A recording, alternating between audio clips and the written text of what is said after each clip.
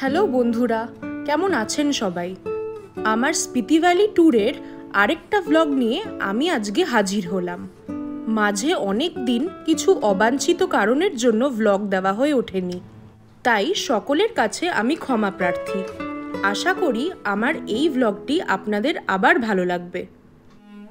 আজ 28শে সেপ্টেম্বর 2023। সাংলাকে বিদায় জানিয়ে আমরা আজ রওনা দেব কল্পার উদ্দেশ্যে। যেটা প্রতি ভ্লগে দিয়ে থাকি সেটি হলো এই স্পিতি ভ্যালির আইটিনারারি। আজ কভার করব 4th ডেস্টিনেশন কল্পা। সাংলার থেকে কল্পার দূরত্ব খুব একটা বেশি না, এই 38 কিলোমিটার মতন, লাগে 2 ঘন্টা। আমাদের কিছু বেশি টাইম লেগেছিল কারণ পথে আমরা করচম ড্যামে আরেকবার দাঁড়িয়েছিলাম, আর এছাড়াও রেকংপিওতেও আমরা দাঁড়িয়েছিলাম। ডান দিক থেকে বয়ে আসছে বাসপা নদী, কি সুন্দর লাগছে দেখুন। আর এখন আমরা করচম ড্যামের ওপরে। এই সোজা যে নদীটি দেখতে পাচ্ছেন সেটি মিশেছে সতলেজ রিভারে।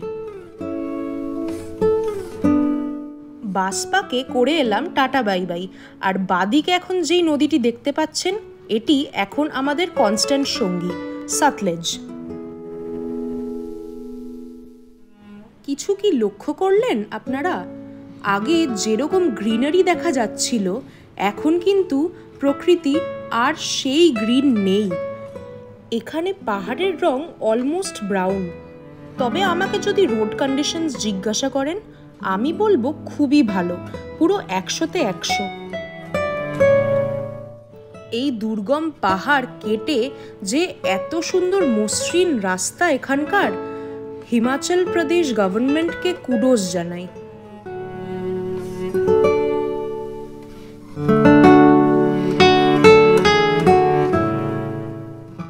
এখন আমরা প্রায় রেকংপিওর কাছে।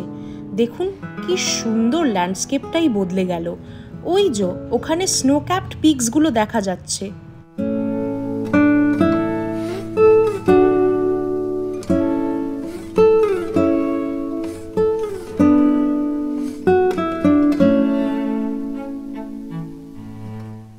চলে এসছি আমরা এখন রেকংপিওতে। রেকংপিও হলো কিন্নর জেলার সদর শহর বা হেডকোয়ার্টার্স। বাজার হাট বা গুরুত্বপূর্ণ সামগ্রী এখানে সবই আপনারা পেয়ে যাবেন। স্নো ক্যাপড পিকসগুলো আরো সুন্দরভাবে দেখা যাচ্ছে। আমরা এখন রেকংপিওকে পিছনে ফেলে রেখে এগিয়ে চললাম কল্পার দিকে। জানি না আমার ফোনে তোলা ভিডিও বা ফটো কতখানি জাস্টিস করবে। প্রকৃতির এই অপার্থিব সৌন্দর্য ক্যামেরার থেকে মনের ক্যামেরাতেই ধরে রাখা শ্রেয়। আমরা পৌঁছে গেছি কল্পাতে আমাদের হোটেলে।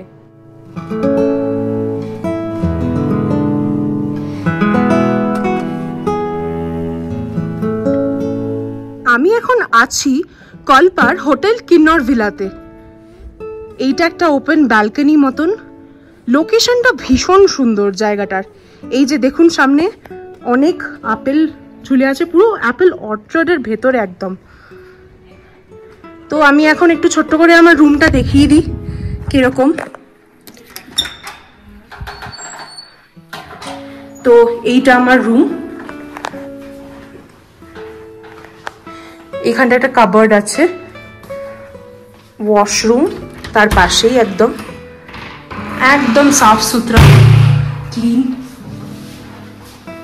মিরর দেওয়া আছে, গিজারও আছে।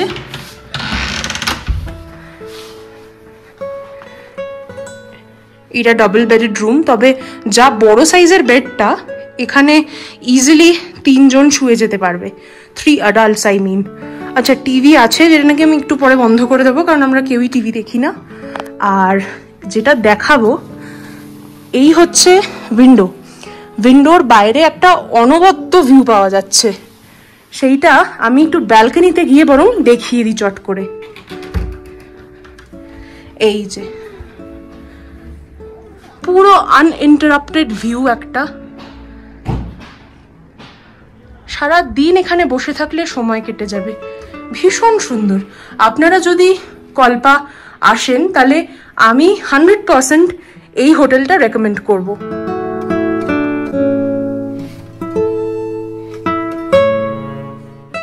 কল্পা ভিজিট করার বেস্ট সময় অনেকেই শীতকাল বলে মনে করেন, কিন্তু আমার মতে এই অ্যাপেল বা ফুল এই সব দেখতে পাওয়া যায় কিন্তু অটমের টাইমে, তাই আমার মতে autumn is the best.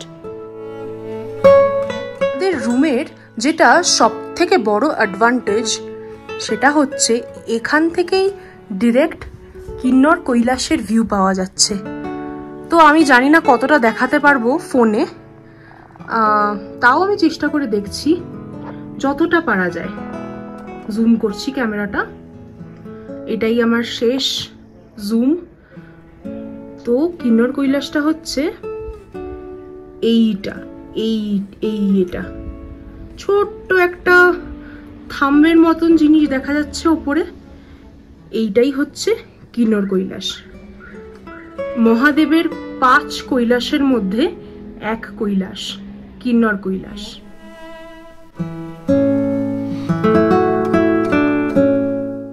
Apples are ফুলের গাছ তো এমনি অনেক হলো, এটা দেখুন, এটা আখরোট গাছ। ওপরের ডালে আখরোট ঝুলে আছে। সেদিন দুপুরের খাওয়া দাওয়া সেরে আমরা রওনা দিয়েছিলাম রঘি গ্রামের দিকে। কল্পা এলে অবশ্যই 2টি গ্রাম দেখবেন, 1 নম্বর রঘি গ্রাম, 2 নম্বর চিনি গ্রাম। আমরা অবশ্য চিনি গ্রামে যেতে পারিনি টাইমের অভাবে। চিনি গ্রামে গেলে অবশ্যই দেখবেন হুবু লঙ্কার মনেস্ট্রি। আমরা এখন যাচ্ছি রঘি গ্রামের নারায়ণ মন্দিরের দিকে। সিঁড়ি দিয়ে বেশ অনেকটাই নিচে নেমে যেতে হয়। কে জানতো এই পাথরের দেওয়ালগুলো পেরিয়েই পড়বে নারায়ণ মন্দির। এই সুন্দর নারায়ণ মন্দিরটি কিন্তু সম্পূর্ণ কাঠের তৈরি। পথ চলতে চলতে আশপাশের বাড়িগুলো দেখে যা বুঝলাম, সিলিংটা তৈরি পাথর দিয়ে আর দেওয়ালগুলো তৈরি কাঠ দিয়ে।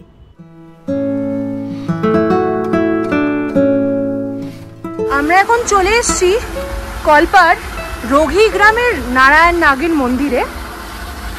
বেশ অনেকটা সিঁড়ি নেমে আসতে হলো এখানে।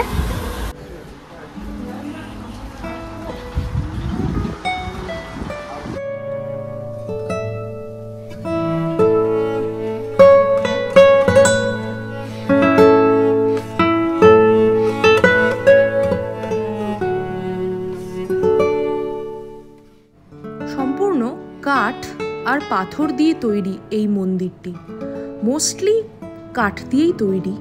বিষ্ণু, গণেশ, লক্ষ্মী অনেক দেবদেবীদের কার্ভিংস দেখলাম এই মন্দিরে।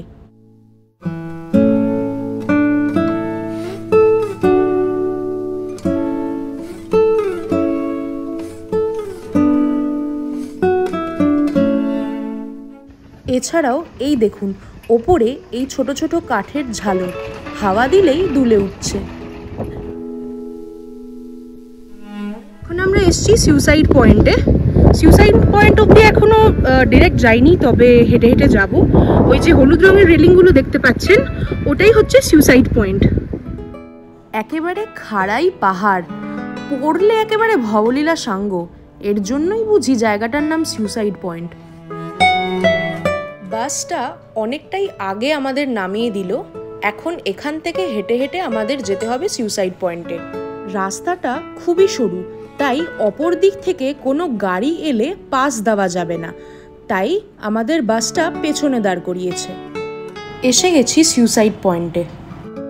এত সুন্দর জায়গা, এই সুন্দর জায়গায় দাঁড়ালে সুইসাইড করতে ইচ্ছে করে বলুন? কে যে নামটি রাখলো।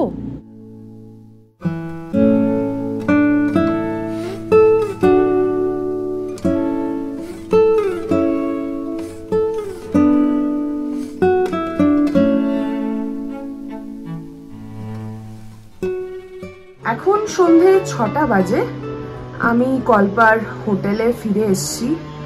সূর্য অস্ত যাচ্ছে, আর কি সুন্দর দেখুন, পাহাড়ের গায়ে সূর্যের আলোটা পড়েছে, একটা সোনালি আভা মতন হয়ে রয়েছে, দেখতে ভারী সুন্দর লাগছে। উফ, খুব মিস করবো এই জায়গাটাকে। এখন প্রায় বাজে রাত 8টা। এরকম সুন্দর মেঘের মাঝখান থেকে চাঁদকে দেখা যাচ্ছে।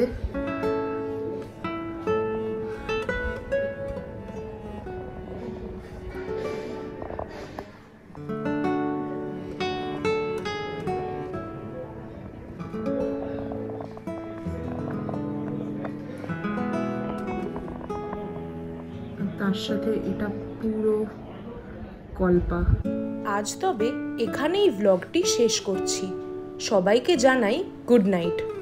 ভিডিওটি কেমন লাগলো সবাই জানাবেন। And please stay tuned for my next vlog. Till then, হাস্তা লা ভিস্তা।